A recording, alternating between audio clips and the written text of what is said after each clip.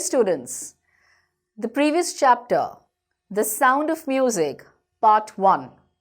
We had spoken about Evelyn Glennie and we had spoken about her being a percussionist, right? Now, here we are going to do Part 2. Now, here we are going to move a little towards the classical instruments. Yeah, how did they actually come up? And it's interesting to know. See, it's always interesting to add to your knowledge, right? So don't say, oh, it's boring. Don't do that. Just listen, just watch, and you will understand it. So, our chapter 2, part 2, the Shehnai of Bismillah Khan. Well, I have a little doubt. I don't know if you've ever heard of this personality, but yes, he was one amongst the best. The Shehnai of Bismillah Khan. Let's know about him and the plot. The Shehnai of Bismillah Khan helps us to understand Indian classical musicians and instruments, especially the origin of Shehnai. The origin, how did it actually come into existence?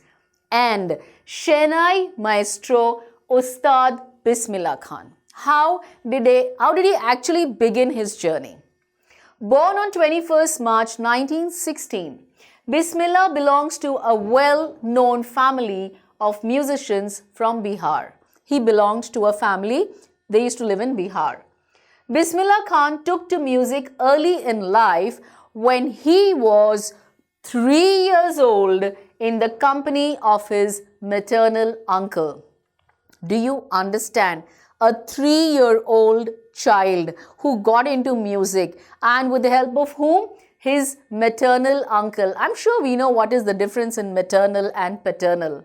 Yes, maternal is M, mother's side family. So basically, nani, nana, mama, mami, those types. And paternal is your dada, dadi, chacha, chachi, and so on. Right? I'm sure you must be aware. Okay, it's always good to know it again.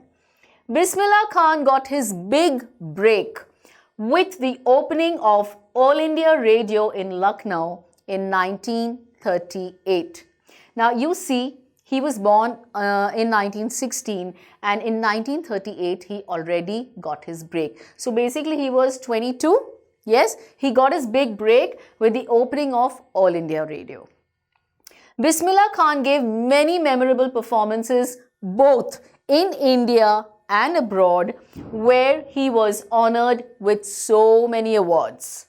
He was so fond of his motherland, India, that he refused an offer to be the head of Shehnai school in USA. He was a patriotic. He loved his motherland. He did not want to go and settle in USA. Otherwise, he had got the offer to be the head of the Shehnai school. He would have been the head. He would have ruled it. But because he loved his country so much, he did not want to go there. He refused it. In 2001, Ustad Bismillah Khan was awarded India's highest civilian award, the Bharat Ratna. Now, that's all about Bismillah Khan. So, in case you weren't aware of him, we've got to know quite a bit about him. And let's see further, how did the Shehnai actually come into existence? Let's look at his journey. Emperor Aurangzeb banned the playing of a musical instrument called pungi. Now, this is a pungi, right? In the royal residence, for it had a shrill, unpleasant sound. Now, he did not like it when people played the pungi, in his royal residence. Shrill as in high-pitched and piercing, it hurts your ears, it's terrible to the ears. You don't like it. It's not music to the ears. So, this instrument used to make a loud, shrilling sound. And so, he said, nobody is going to play that in my royal residence. Away from it. Just keep it away. Pungi became the generic name for reeded noisemakers. Generic name as in the name given to a class or a group as a whole. That whole, like all the instruments that made this kind of a sound, that whole thing was called, pungi was the name for it. And for reeded noisemakers, reeded as in the wind instruments which have reeds like the flute, the clarinet, and etc. So, they have those reeds in that. So, when he said anything of those wind instruments, I don't want them here. So, he had literally banned all of them. He did not like them in his court. A barber of a family of professional musicians who had access to the royal palace decided to improve the tonal quality of the pungi. Now here, because Emperor Aurangzeb did not like it, so what happened was the barber of a family. Now then in those days, these people used to go and give their services. The emperor would not go, obviously. So when the barber would go there, he was of a family of professional musicians. He was from there. So he said, and he had access to the royal palace. He used to go there. So he said, okay, fine, let me try to improve the tonal quality, as in the character of musical tones with reference to richness or perfection. He said, let me make it that sound a little more pleasant, because it's very unpleasant, right? He chose a pipe with a natural hollow stem. Hollow as in having a hole or empty space. You know that if you see a flute, it's hollow inside, it's empty. So he took a pipe with natural hollow stem that was longer and broader than the pungi. And he made 7 holes on the body of the pipe. Now can you see? It's right there in front of you. When he played on it, closing and opening some of these holes, just like a flute, soft and melodious sounds were produced. He said, now because you remember, Emperor Aurangzeb did not even want the wind instruments, but he did just that. But he made it in such a manner that it produces soft and melodious sounds. It was very pleasant to the ears. It was really, anyone would have enjoyed it. He played the instrument before royalty and everyone was impressed. He played it before the people of royal blood. He played it before them and they were highly impressed. They just loved it. They loved the way the music flowed out of this instrument. The instrument, so different from the pungi, had to be given a new name. Now, obviously, it was a little different, definitely very different. So, it was to be given another name. Now, as the story goes, since it was first played in the Shah's chambers and was played by a nai. Now, nai is a barber. In Hindi, we call him a nai, correct? So, now you see the connection. How did that word come into existence? The instrument was named the Shehnai. Yeah, it's not Shahnai. I understand. It is the Shehnai. So it was played in the Shah's chambers and it was done by a barber, by a nai. So the name exists. What came was Shehnai. That was the name given to it. The sound of the Shehnai began to be considered auspicious. Now that sound was so pleasing, it was so sweet that it was promising to bring good fortune. It became auspicious. And for this reason, it is still played even now when you go to temples, right? It is an indispensable component of any North Indian wedding. Now, because it brings good fortune, good luck, that's the reason till today you will find them in temples. And if you attend any North Indian wedding, you will find it as without which a piece of work cannot be done. You will definitely find a Shehnai playing out there. Yes, it is indispensable. The wedding cannot happen without playing it. But these days, to what we look at, I'm sure, the Shehnai is considered classical. For those classical music lovers, yes. But for youngsters, I'm sure you guys know what is DJ more than the Shehnai, right? Yeah, I understand. In the past, the Shehnai was part of the Naubat or traditional ensemble of 9 instruments found at royal courts. Now, it was traditional as in it was existing in or as part of a tradition. It was, coming from generation to generation. And ensemble is the things. Here, instruments considered as a group. So, here all the instruments of like the 9 instruments found at royal court. So the shehnai was part of it. Till recently, it was used only in temples and weddings. So far, till of late, it was used only in temples and weddings. The credit for bringing this instrument onto the classical stage goes to Ustad Bismillah Khan. Thanks to him. He was the one who, the credit, obviously the public acknowledgement, or you can say the praise for a person's action. So whatever he did, he brought this instrument onto the classical stage. He started performing on stages. Remember, before this it was only in temples and weddings, but he was the one to introduce shehnai on the stage. As a 5-year-old, Bismillah Khan played gilli danda near a pond in the ancient estate of Damrao in Bihar. Now, he was a 5-year-old when he was 5-year-old. What did he do? He would play gilli danda. Now, do we all know what is gilli danda? I mean, it's a very ancient game. The children used to play then. You can definitely search it up. It's a small stick, and with a long stick they play. Very interesting. Old is gold. You can always try it. Yeah. So he was playing that near a pond in the ancient estate of Damrao in Bihar. He was playing that. He would regularly go to the nearby Bihariji temple to sing the Bhojpuri, that is Chaita, at the end of which he would earn, very interesting, pay attention, he would earn a big laddu weighing 1.25 kg, a prize given by the local Maharaja. So you see, in those days, it was sort of a barter system. Less of money. We've all studied what is a barter system. So he would play the shehnai, and in exchange for that, he would get a laddu, sawa kilo, 1.25 kg. Yes, by the local Maharaja. So he used to go and play at the nearby Bihariji temple. He used to go there and play it in the temple to sing the Bhojpuri Chaita. He would sing that, and then he would get this as a reward.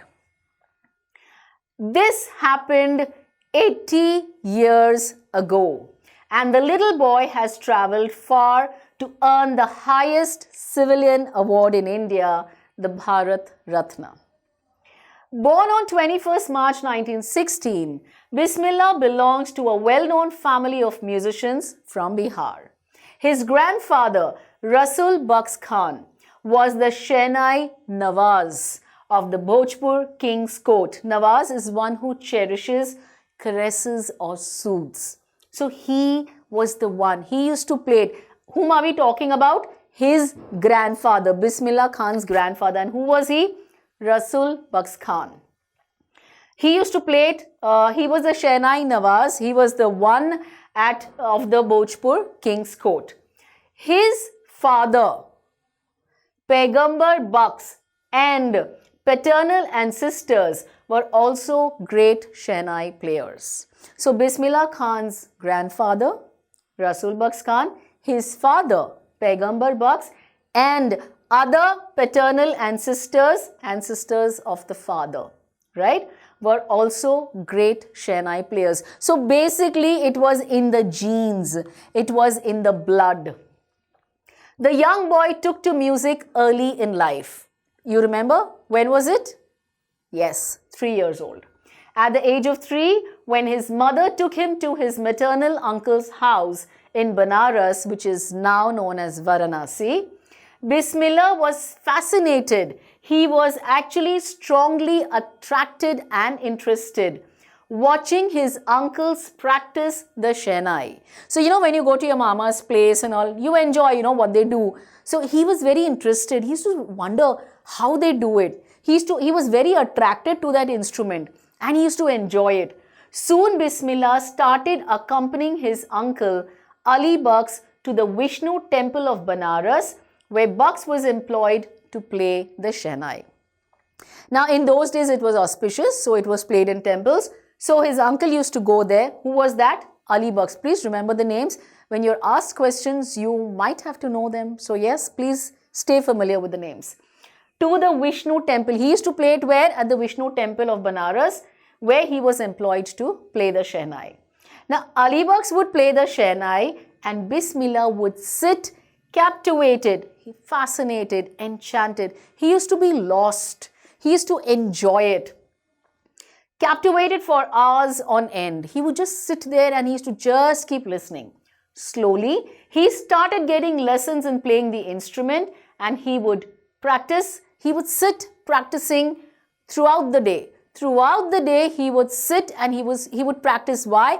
Because he just loved it. He was fascinated by it. So he would just keep playing and practicing.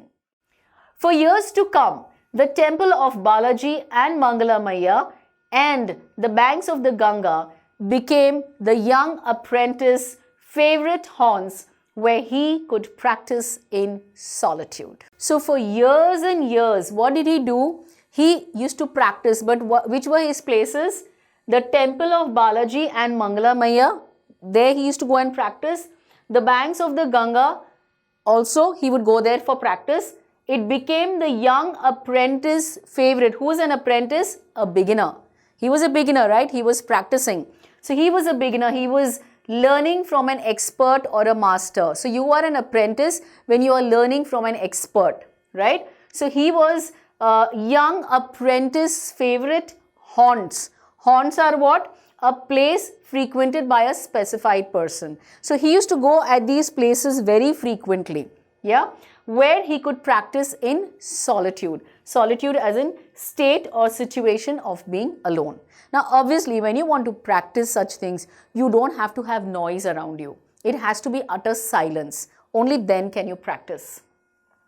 The flowing waters of the Ganga inspired him to improvise and invent ragas that were earlier considered to be beyond the range of the Shehnai.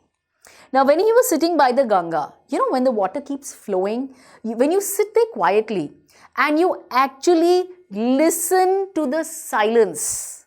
You sit by a river and you sit and listen. You can actually hear the river flowing. You can hear the sound of the water. Yes? So, and he was alone, right? So, what he did was, these flowing waters of the Ganga actually inspired him to improvise. So, you can go one step further. To improvise and invent. He even invented ragas, which actually otherwise for a normal person were not possible. It was not in the curriculum or the syllabus of the Shehnai. He went beyond it. He actually invented ragas which earlier considered to be beyond the range of the Shehnai. He actually even crossed the boundaries and he went further and he invented them. At the age of 14, Bismillah accompanied his uncle to Allahabad Music Conference. At the end of his recital, when he completed, Ustad Fayyaz Khan patted the young boy's back and said, "Work hard and you shall make it." When you have experts sitting in front of you, they can literally judge you how good you are at what you are doing. So this is what happened to him. When he went to the Allahabad Music Conference, right, with his uncle, Ustad Fayyaz Khan actually told him that, "Son, do it well. You're doing a wonderful job and I'm sure you're going to make it big." With the opening of the All India Radio in Lucknow in 1938 came Bismillah's big break. He got a very big break there. He soon became an often heard Shehnai player on radio. Now, radio, we all know it reaches the masses. Masses, it reaches to so many people at one go. Yes, at one go. Just like you have the television. So, because he would play it there at the All India Radio, so all the people were able to listen to him and obviously he became way more famous. When India gained independence on 15th August 1947, Bismillah Khan became the first Indian to greet the nation with his Shehnai. Now just imagine what a moment of pride that was. And he was the first Indian actually to greet the nation, to actually welcome, to greet them all with his Shehnai. He poured his heart out into Rag Kafi from the Red Fort to an audience. Now, he was there at the Red Fort and he played the Rag Kafi, where he had the audience, and who all were there in that audience? To an audience which included Mahatma Gandhi and Pandit Jawaharlal Nehru, who later gave his famous Tryst with Destiny speech. We are all aware that Nehru had given his Tryst with Destiny speech on the same day, right? But before that, it was Bismillah Khan who had played his Shehnai in front of such big leaders. Bismillah Khan has given many memorable performances both in India and abroad. His performances are so easily remembered. They are worth remembering. So this is how his performances used to be. His first trip abroad was to Afghanistan, where King Zahir Shah was so taken in by the maestro that he gifted him priceless Persian carpets and other souvenirs.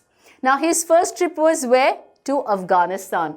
And whom did he go to? King Zahir Shah. Now, King Zahir Shah was so impressed. He just loved his performance so much that he was actually taken in as in he was attracted. He was charmed by the distinguished conductor or the performer of classical music. He was totally charmed by him.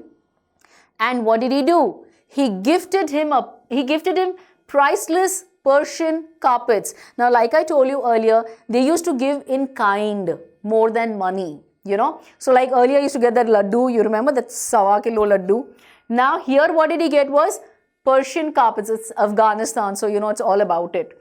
And other souvenirs and many other things given in memory of a place, person or event. So anything, there were many things of Afghanistan which were very famous, and so he was gifted all of them. The king of Afghanistan was not the only one to be fascinated with Bismillah's music. He was not the only one. There were many more. And who were they? Film director Vijay Bhatt was so impressed after hearing Bismillah play at a festival that he named a film after the instrument called Goonj Uthi Shehnai. It's a very, very, very old film. I think then even I wasn't born. So the director actually made a movie with this name because he was so impressed by that.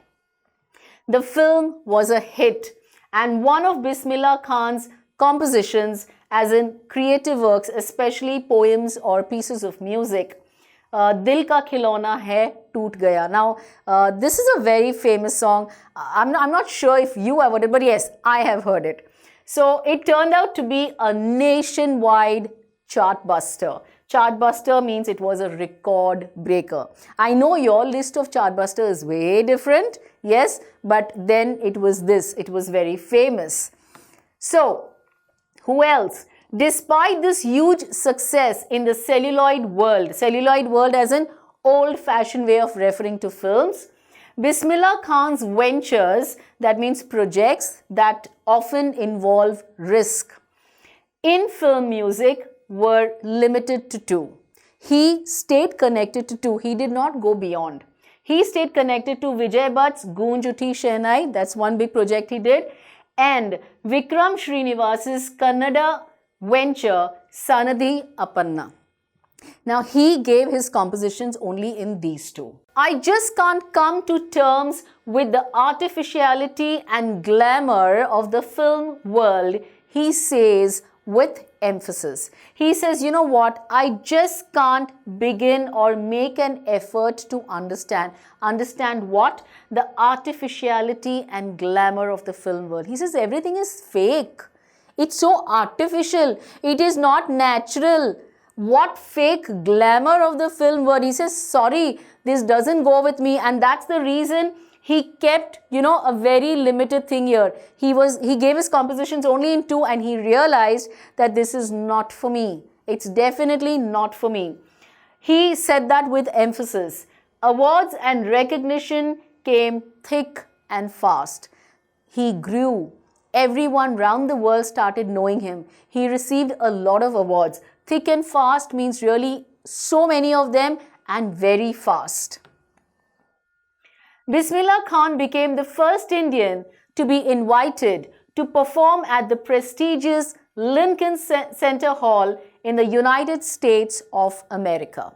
He was the first Indian to be invited. See, when you go, it's a different story. But when you are invited, that means people know you and people want you. So he was invited.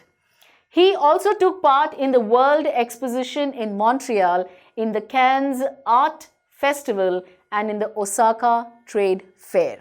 He also took part. Like we said, he was well known in India as well as abroad. So these are the places he took part in. We need to remember this. So well known did he become internationally that an auditorium in Tehran was named after him. Teher Mosik, Ustad Bismillah Khan.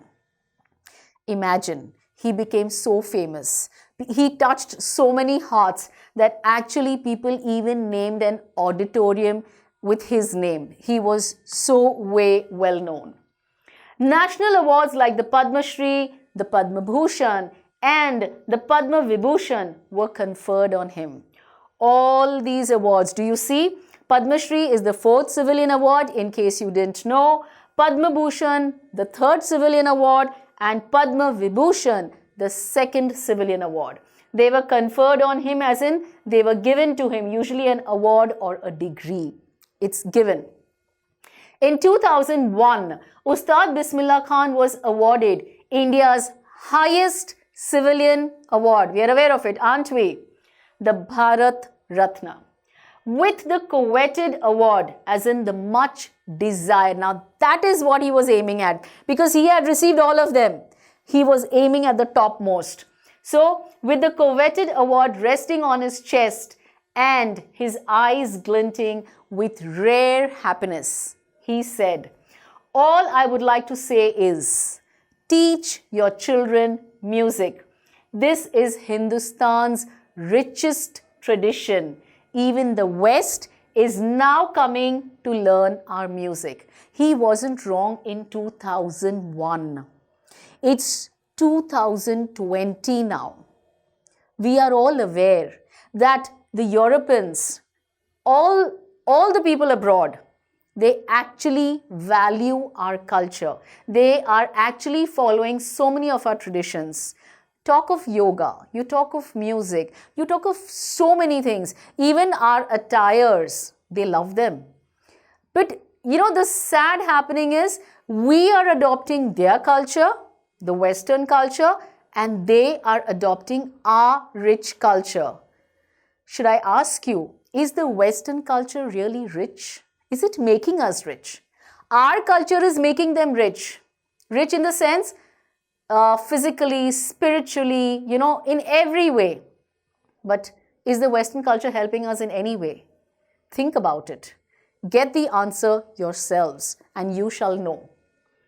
So yes, in spite of having traveled all over the world, Khan Sahib, as he is fondly called, is exceedingly fond of Banaras and Damrao, and they remain for him the most wonderful towns of the world.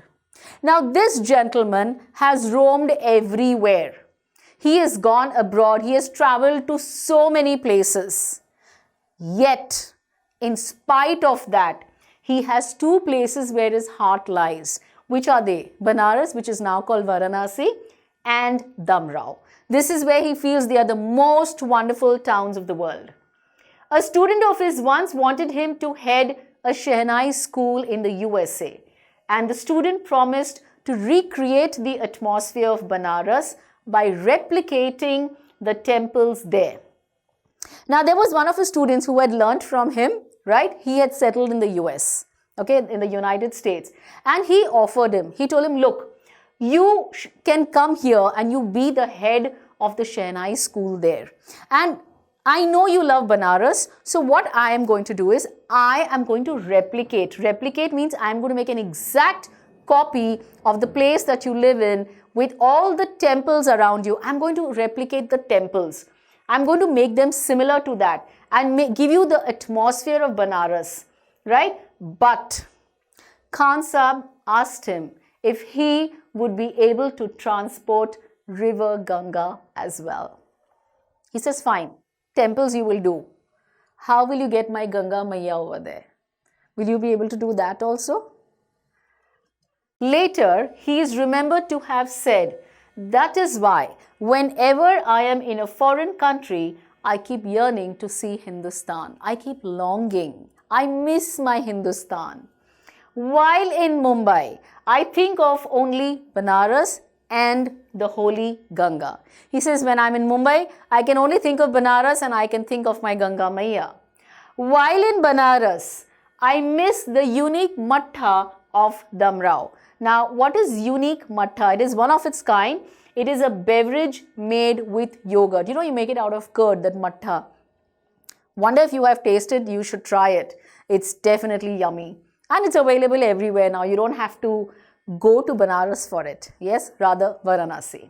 Ustad Bismillah Khan's life is a perfect example of the rich cultural heritage of India. One that effortlessly accepts that a devout Muslim like him can very naturally play the Shehnai every morning at the Kashi Vishwanath temple. Now remember, he was a Muslim. And where would he play the Shehnai? At the Kashi Vishwanath temple. So isn't that a beautiful example of the rich cultural heritage of India? He is that one big example. In spite of being a Muslim, he never bothered. He was a devout Muslim. That means believing strongly in a religion and obeying its laws and following its practices. He was a very dedicated Muslim. He loved his religion. But at the same time, he was okay when playing the Shehnai every morning at the Kashi Vishwanath temple. Beautiful. Touching, isn't it? This shows that how blessed we are to be born in a country like India. We should be proud as citizens. Let's not look on the other side of the river. Let's look at what we have. And let me tell you, we are way beyond rich. We are extremely rich in every way. The culture, the heritage, whatever we possess, I'm telling you, is incomparable and it is irreplaceable. You definitely cannot replace this. Well, that brings us to the end of this wonderful chapter. And what does it tell you? Musicians want to be the loud voice for so many quiet hearts. Thanks to Billy Joel. He says they want to be the loud voice for so many quiet hearts. Beautiful, isn't it? The hearts which are quiet, the musicians want to be the loud voice. So yes, lots part 1 and part 2 of the Sound of Music has given us. It's for us how much we actually take in, how much we actually use in our day-to-day life. So always be proud to be an Indian. Yes, for the same, keep watching, keep smiling.